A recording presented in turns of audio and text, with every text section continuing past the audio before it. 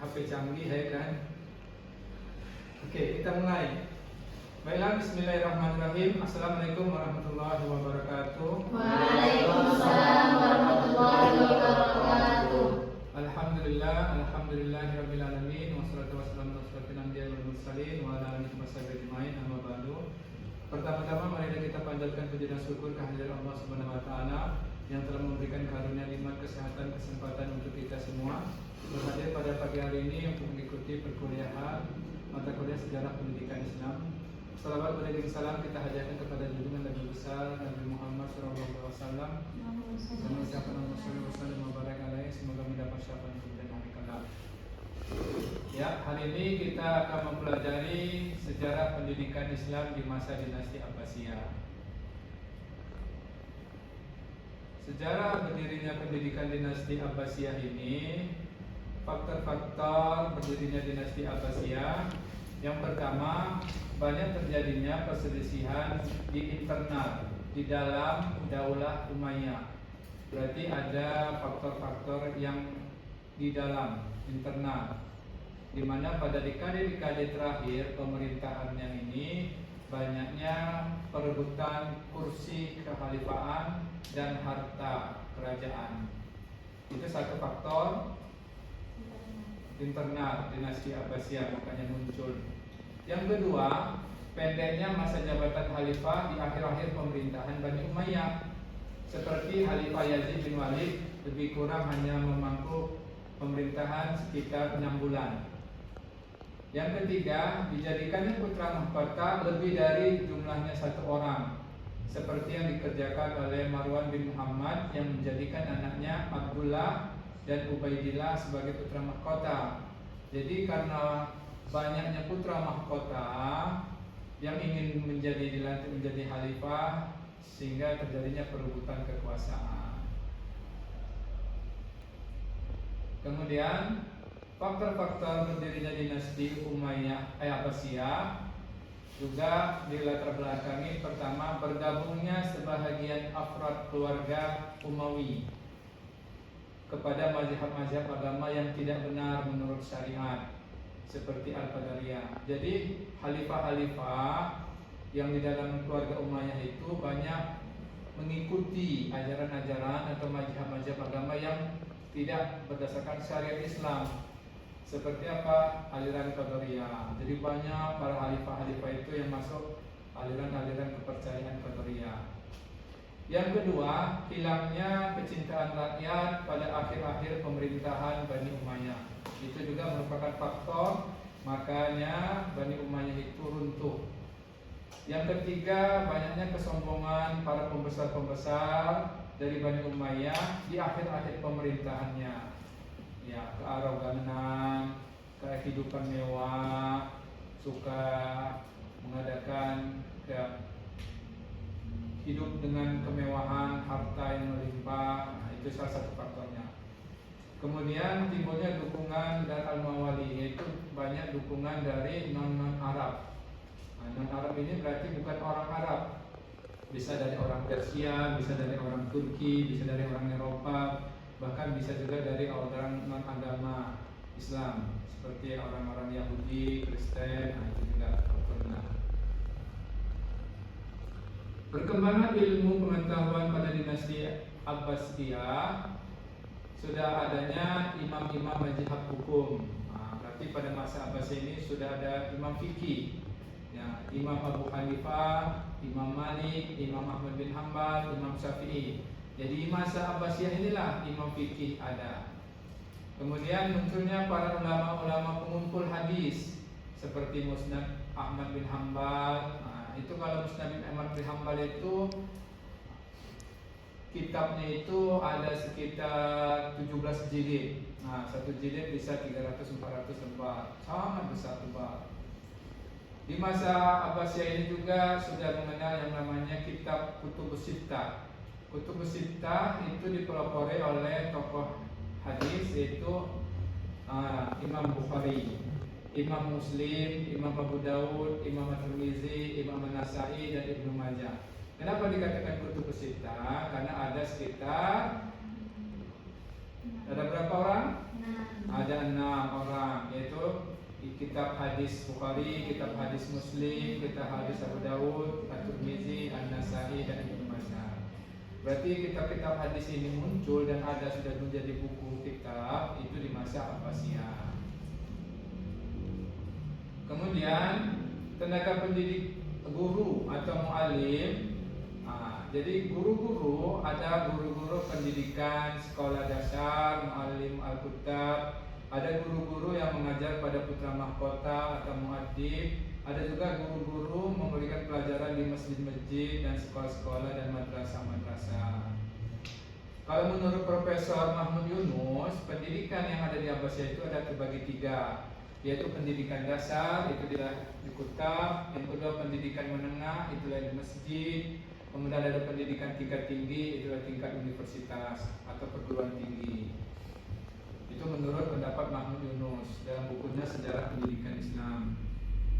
Sedangkan materi-materi pendidikan, materi-materi pendidikan ini ada yang bersifat wajib atau ijbari. Apa-apa aja itu? Al-Quran, pokok-pokok agama Islam, sedikit ilmu nahwu dan bahasa Arab, membaca dan menulis. Jadi dulu pada masa Bani Umayyah, ketika pemerintahannya itu bahasa wajib atau bahasa resminya di pemerintahan maupun di dunia kampus atau dunia pendidikan itu diwajibkan untuk membaca pengantarnya bahasa Arab. Ini menjadi rujukan untuk di masa berikutnya ketika pada masa Abbasiyah. Jadi sudah mempelajari ilmu-ilmu nahwu, ilmu-ilmu bahasa Arab.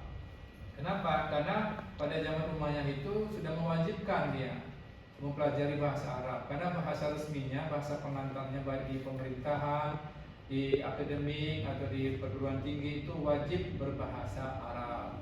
Bahkan sampai sekarang ini kalau masih bahasa Arab itu di Eropa masih menggunakan bahasa Arab. Materi pelajarannya tadi yang wajib. Yang kedua, ada juga materi pelajaran yang bersifat ikhtiari atau pilihan. Jadi ada yang wajib, ada yang pilihan.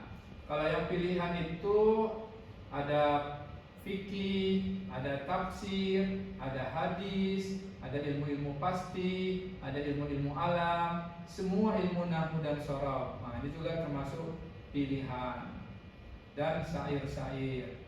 Juga tentang sejarah-sejarah Arab. Ini materi-materinya. Berikutnya metodenya. Metode yang digunakan di tempat-tempat, apakah di kutab, apakah di masjid, apakah di halaqah atau di apa, ini bersifat lisan, mendikte, ceramah, qiraah, diskusi, munazarah. Apa munazarah? Munazarah itu sama dengan diskusi, tanya jawab namanya, berdebat. Jadi kalau di pondok pesantren itu kan ada kan orang yang munazarah, dia berdebat. Itu sudah ada. Jadi metode-metode yang kita kenal itu sekarang itu, itu adalah merupakan hasil dari memang sejarah kita di peradaban di masa Abbasiyah. Apalagi metode pengajarannya, yaitu menghafal. Dan juga tulisan. Itu metode-metodenya. Tokoh-tokoh atau ilmuwan-ilmuwan yang ada di masa Abbasiyah. Pertama di bidang astronomi. Kita kenal ahli astronomi pada masa Abbasiyah itu Al-Farazi, astronomi Islam yang pertama kali menyusun astrologi.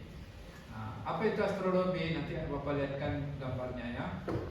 Kemudian di bidang kedokteran, terkenal pada masa Abbasiyah itu Ibnu Sina.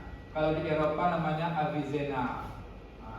Bukunya yang fenomenal pada masa itu yaitu Al-Qanun Al-Tib. Kemudian kitab Asy-Syifa, kitab An-Nazar, kitab Al-Israr wa Tanbihat, kitab Al-Hikmah Masyriqiyah. Ini juga berhasil menemukan sistem peredaran darah pada manusia. Jadi kalau nanti ada namanya itu kita lihat anatomi tubuh. Jadi di dalam anatomi tubuh itu ada peredaran darah manusia, ada tulang-tulang, rangka-rangka gambarnya. Itu adalah merupakan karya temuan Ibnu Sina. Dan itu dipakai sampai saat sekarang ini di seluruh universitas Oxford, Harvard, di luar negeri di Eropa, dan bahkan di Jerman. Jadi kitab untuk kedokteran di Eropa sana itu masih menggunakan kitab Ibnu Sina. Kemudian di bidang matematika pada masa Abbasiyah itu terkenal adalah Muhammad ibnu Musa al-Khawarizmi dalam kitabnya Al-Jabar. Ibnu Musa al-Khawarizmi ini adalah seorang guru besar yang menjaga Baitul Hikmah. Nah, jadi penjaga perpustakaan Baitul Hikmah ini dia kepalanya, kepala birunya. Nah, itu Muhammad ibnu Musa al-Khawarizmi. Beliau ahli di bidang matematika dalam kitabnya Al-Jabar. Nah, yang keempat di bidang optik.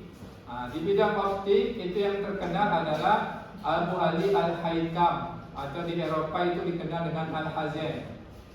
Beliau oranglah yang pertama kali menemukan pendapat bahwa mata mengirimkan cahaya ke benda yang dilihatnya. Itu dia ya, ilmuwan-ilmuannya.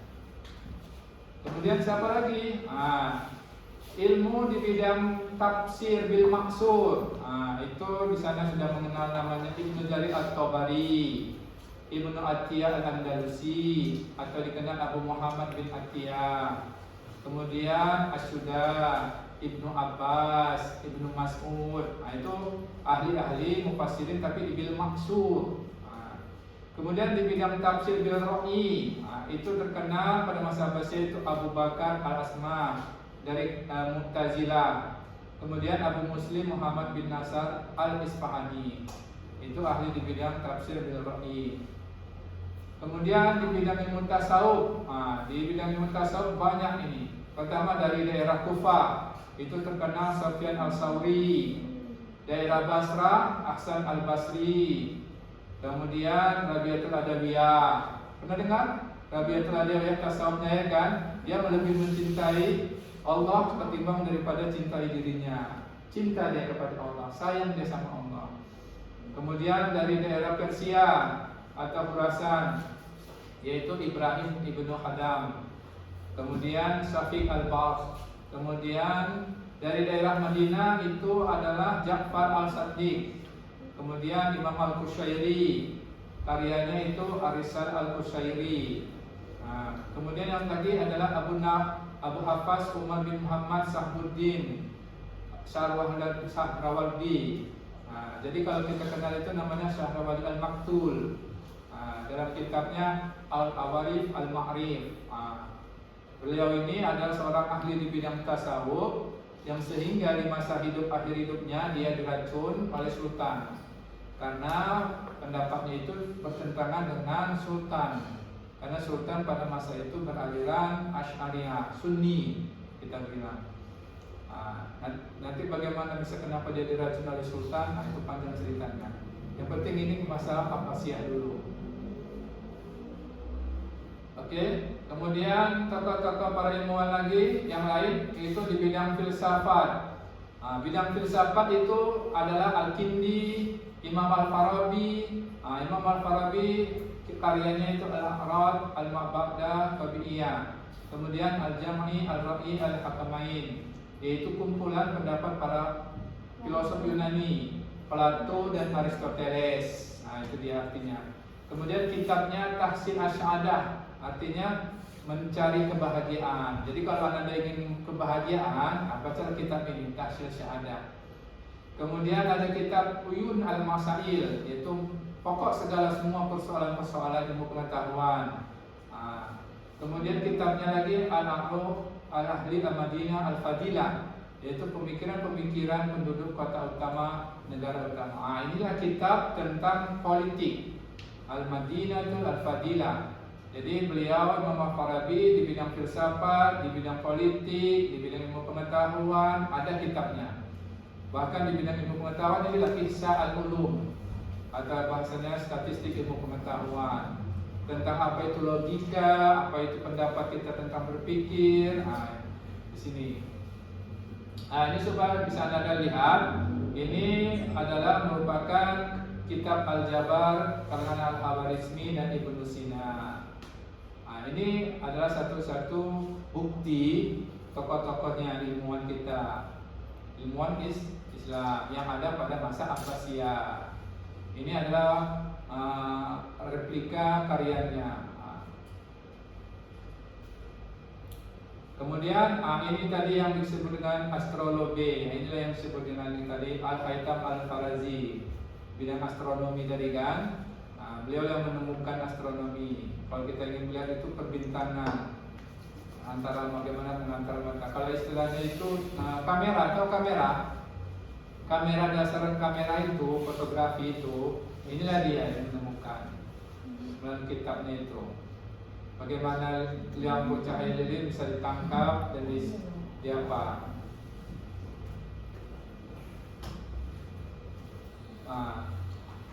Sejarah pendidikan lembaga-lembaga pada masa dinasti Abbasiyah itu yang pertama tadi kutab. Kutab pada masa Abbasiyah ini adalah lembaga-lembaga untuk tingkat anak-anak. Jadi diajarkan ilmu-ilmu dasar keagamaan. Jadi dasar-dasar untuk anak-anak itu diajarkan bagaimana cara membaca, bagaimana cara menulis. Sedangkan menurut Mahmud Yunus menjelaskan kutab ini pada masa permulaan Abbasiyah dan abad-abad kemudiannya banyak bilangan kutab dan guru-guru yang mengajarkan anak-anak. Berarti setiap desa-desa ada satu kutab, bahkan ada yang lebih dari satu kutab. Di kota Bahrain, Sisilia ada kurang lebih 300 kutab. Bahkan ada kutab Abul Qasim Al-Baq lebih dari 300 orang muridnya. Ini membuktikan bahwa kutab-kutab itu memiliki guru dan murid yang sangat banyak. Itu kata siapa? Itu kata pendapat Profesor Mahmud Yunus dalam bukunya Sejarah Pendidikan Islam. Jadi ini bukan rekayasa, bukan hanya dibuat-buat, ada pembuktiannya, ada buku referensinya, ada ahlinya yang mengatakan. Kutab, rencana belajar yang diberikan kutab itu biasanya terdiri dari membaca Al-Quran, menghafalnya, pokok-pokok agama, menulis kisah-kisah riwayat orang besar-besar Islam, membaca dan menghafal syair-syair, berhitung, pokok-pokok ilmu nahwu, ilmu syarah. Sedangkan menurut pendapat Badriyatin, kutab itu adalah lembaga pendidikan terendah. Sedangkan tadi kalau pendapat Mahmud Yunus pendidikannya itu untuk tingkat anak-anak. Hanya perbedaan istilah saja menurut pendapat sejarawan kita. Kalau menurut Badriyatin itu tempat anak-anak mengenal dasar-dasar bacaan, hitungan, tulisan, dan tempat para remaja belajar dasar-dasar ilmu agama seperti tafsir, hadis, dan fikih serta bahasa. Jadi dua pendapat ini sama, kan? Cuman bukunya berbeda. Satu membahas sejarah pendidikan, itu Mahmud Yunus. Kalau ini menurut Badriyatin dalam bukunya Sejarah Peradaban Islam. Ini adalah bukti adalah Masjid Agung di Samara yang dibangun pada Khalifah abad ketiga ke-9 Masehi oleh Khalifah Al-Mutawakkil di Irak. Khalifah Al-Mutawakkil adalah khalifah yang paling lemah pada masa Abbasiyah. Cuman khalifah inilah yang peninggalannya masih ada sekarang kita lihat. Jadi kalau Anda ke Irak, nampak kan? Macam keong itu kan? Keong itu kan? Apa itu? Masjidnya, mengarahnya ke atas. Nampak? Nampak tak? Nampak kan? Ini bukti Khalifah Al-Mutawakkil di Irak masih ada peninggalannya ini. Kalau enggak perang lagi nanti Israel Palestina yang kedua atau yang negara sekarang masih ada krisis apa kan? Sudan kan? Kalau enggak hancurlah itu. Tinggal kita lihat nanti apakah bagaimana konfliknya itu kan. Ini bukti sejarahnya masih ada peradaban yang dibangun Khalifah Al-Mutawakkil, Masjid Syamara di Irak. Kemudian ini peradaban Islam di masa dinasti Abbasiyah, Masjid Agung di Tulun. Ini masih ada, ini buktinya sejarah. Ya. Kemudian masjid dan masjidkan. Jadi di samping kutab juga ada lembaga pendidikan yang namanya masjid. Di dunia Islam kemajuan pendidikan ini masjid-masjid berkembang pesat di kota Baghdad, Ini menurut hitungan Al-Yaqub ada 30.000 masjid, bahkan berlebih. Jadi sebuah bilik tempat sembahyang, situ juga dengan masjid jamin. Ada juga tempat untuk sholat Jumat. Jadi beda dia masjid dan masjidnya. Kalau dia masjid jami, ada kata jami di situ, itu hanya untuk sholat Jumat saja. Kalau menurut Badriyatim, untuk tingkat pendalaman tentang ilmu agama, pengajarannya berlangsung di masjid-masjid atau di rumah-rumah ulama-ulama yang bersangkutan. Yaitu ketika pada waktu itu, pada masa ulama Abu Ishaq Ash-Shirazi pernah menjadi mu'id bagi gurunya Abu Qayyim At-Tabari di semua masjid di kota Baghdad. Mu'id tahu? Asisten. Kalau kita di sini ada asisten dosen namanya kan. Jadi ketika pada masa dulu ada. Jadi ketika dulu Abu Ishaq Ash-Shirazi ini sebagai asisten Abu Qayyim At-Tabari untuk mengajar di masjid kota Baghdad. Jadi kan datang At-Tabari digantikan asistennya, yaitu Abu Ishaq Ash-Shirazi. Ini pada Rabiul Awal, masjid-masjid kan dipenuhi oleh orang banyak. Kemudian selain masjid, lembaga-lembaga pendidikan yang lainnya adalah di istana dinasti Abbasiyah. Ini siapa yang mengatakan? Ini menurut Profesor Badriyatin. Dia mengungkapkan di atas, dalam tingkat pendalaman pengajaran ilmu agama berlangsung di masjid-masjid, di ulama-ulama yang bersangkutan. Bagi anak-anak penguasa, pendidikan juga berlangsung di istana atau di rumah-rumah penguasa, sehingga mereka memanggil ulama-ulama yang ahli ke sana. Jadi didatangkan. Jadi kalau orang-orang istana, orang sultan itu mereka mendatangkan ulama-ulama atau ahli-ahli hadis, tafsir, astronomi untuk ke istana atau ke rumah-rumahnya untuk mengajarkan anak-anaknya. Jadi pendidikan itu tidak hanya dia di kutab, di masjid, juga ada di istana-istana atau di rumah-rumah bangsawan atau para ulama-ulama penguasa. Kemudian ada juga yang namanya itu Baitul Hikmah. Baitul Hikmah pada masa dinasti Abbasiyah ini memfasilitasi lembaga-lembaga pendidikan ilmiah, upaya-upaya ilmiah dengan mencari dan mengumpulkan buku-buku serta manuskrip-manuskrip dan menerjemahkannya, membangun perpustakaan sebagai pusat dan sentral informasi ilmiah.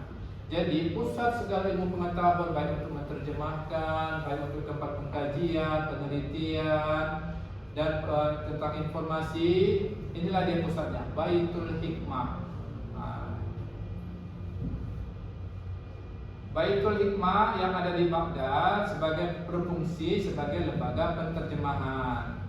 Berarti selama pemerintahan Al-Ma'mun, banyak para ahli matematika, ahli astronomi, itu mempelajarinya di Baitul Hikmah. Salah satu mereka yang ahli matematika Al-Hajjaj Ibnu Matar, yang membuat terjemahan dari bukunya Euclid, atau yang berjudulnya kalau di Eropa itu namanya bukunya Kitab Elemen. Jadi ketika pada masa Khalifah ini, beliau menerjemahkan kitab-kitab dari Yunani. Euclid ini bahasa Yunani. Lembaga ini juga selain bahan penterjemahan, juga perpustakaan merupakan sebuah universitas. Berarti di samping dia sebagai perpustakaan, juga sebagai universitas, juga sebagai tempat untuk menerjemahkan buku-buku, juga tempat untuk membaca kitab-kitab, juga membaca dan menulis serta berdiskusi. Bahkan perkembangan selanjutnya, disitulah sebagai pusat untuk mencerminkan tentang bagaimana kemajuan ilmu pengetahuan yang ada di kota Baghdad. Inilah dia gambaran Baitul Hikmah sekarang. Cantik bukan? Cantik. Inilah yang Baitul Hikmah yang ada di Baghdad, masih ada. Oke. Jadi gambarannya seperti inilah. Jadi dikelilingi itu buku-buku. Orang-orang di dalamnya itu mempelajari tentang astronomi, perbintangan. Ada alat-alat teropong bintang, ada tentang lobe. Jadi mereka berdiskusi, bermunazarah. Ini menggambarkan bagaimana kehidupan di Baitul Hikmah. Kemudian selain Baitul Hikmah juga ada madrasah. Jadi madrasah yang pertama kayak yang ini adalah di bawah yang dikaitkan dengan Nizamul Muluk, seorang wazir atau gubernur dari dinasti Saljuk, yaitu sejak 456 dia membangun madrasah di bawah kekuasaannya. Namanya Madrasah Nizamiyah. Madrasah Nizamiyah ini dibangun dengan dana wakaf dan dilengkapi dengan perpustakaan.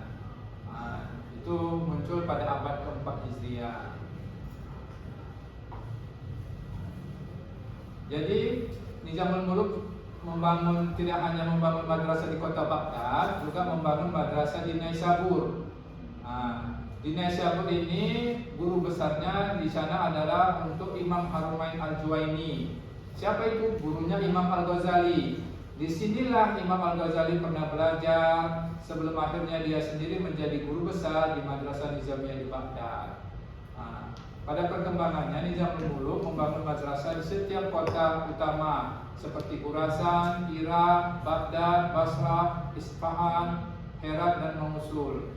Itu keseluruhannya ada 12 madrasah Nizamiyah yang dibangun oleh Nizamul Muluk. Kurikulumnya apa? Kurikulumnya membaca, menghafal, menulis sastra Arab, tentang fikih, teologi Asy'ariyah. Jadi banyak yang dipelajarinya. Nanti ada juga madrasah Abu Hanifah.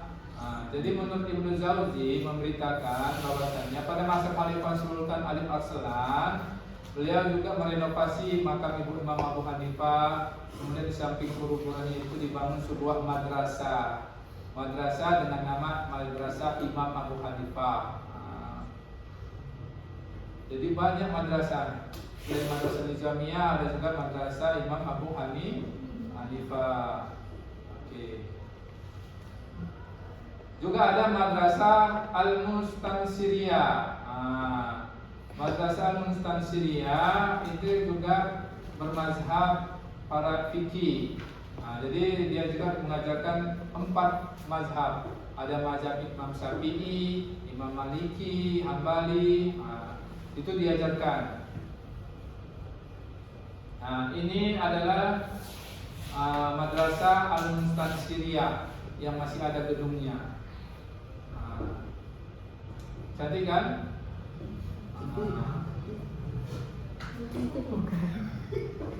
Ini juga. Jadi madrasah itu selain cantik gedungnya ada kolam, ada pohon-pohonnya, tengoklah dindingnya, arsitekturnya, ada kaligrafinya, ada ukiran-ukirannya, ada pohon kurmanya. Kalau udah masak boleh diambil, tapi entah siapa minta izinnya, ya kan? Ini adalah reruntuhan madrasah Nizamiyah di Kargil Timur di kota Iran atau negara Iran. Jadi yang madrasah Nizamiyah yang tersisa ini ialah tersisanya dari 12 madrasah tadi. Inilah yang tersisa, tinggal puing-puing bangunannya saja yang ada di kota Iran. Ini adalah madrasah di Konya, dibangun setelah invasi bangsa Mongol. Nanti kan? Dan ini masih ada. Ini adalah Madrasah Ulugh Bek di Bukhara, Samarkand.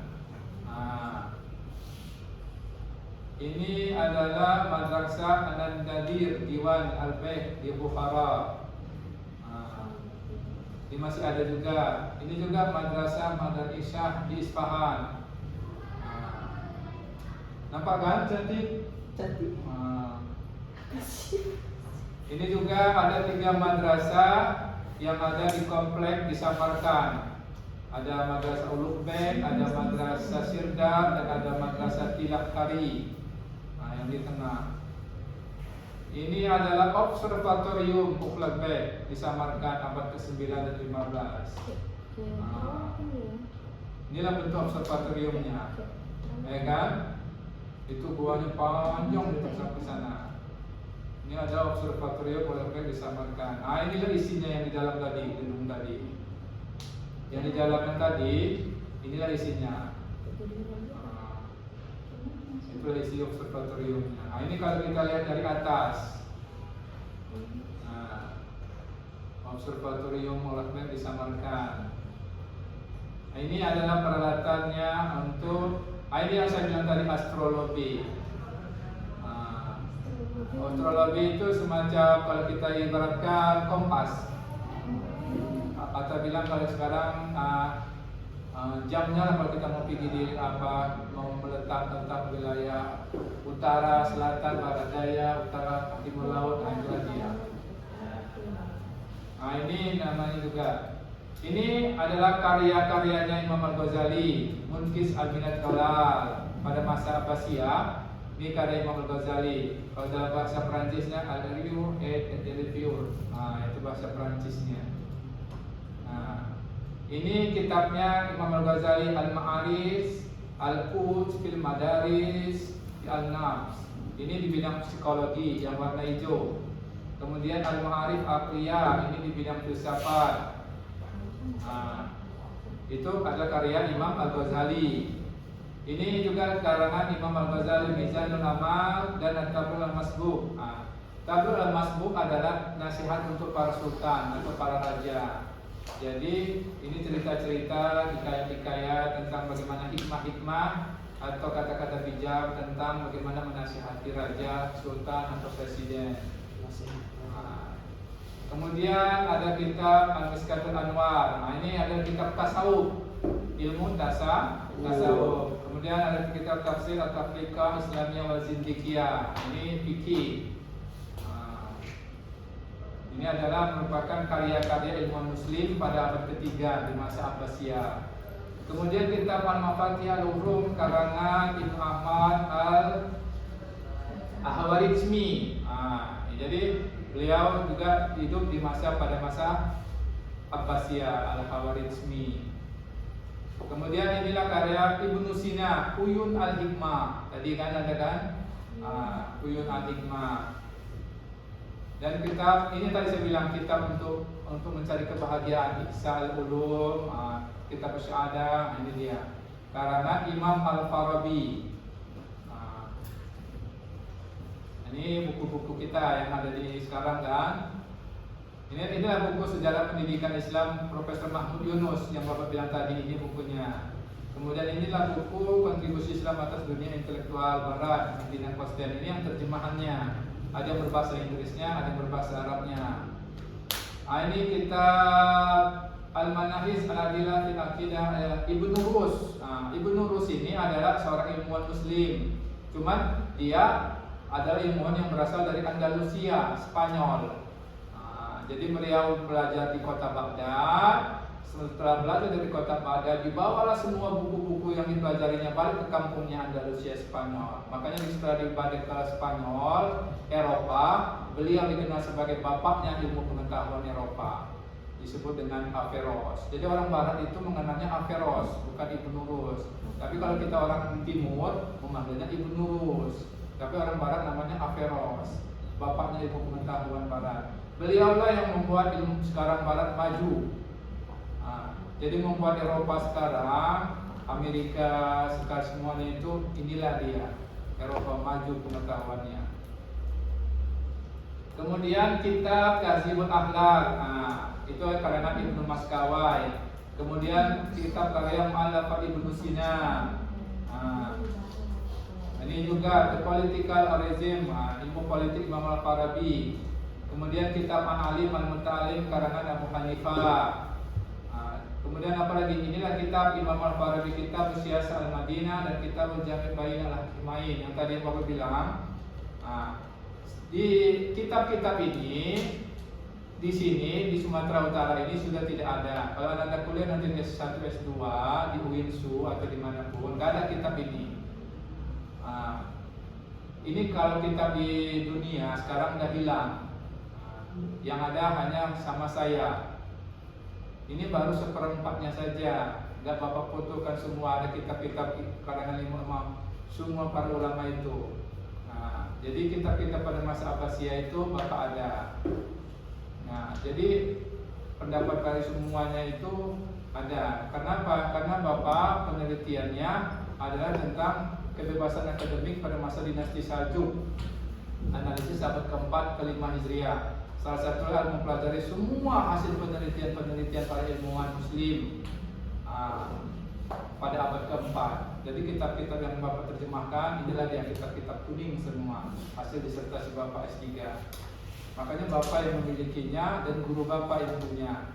Jadi kalau Anda kuliah nanti sampai program doktoral S3, kamu cari di perpustakaan sana Wirsu S1 dan S2-nya nggak ada, bahkan tidak Anda ketemukan.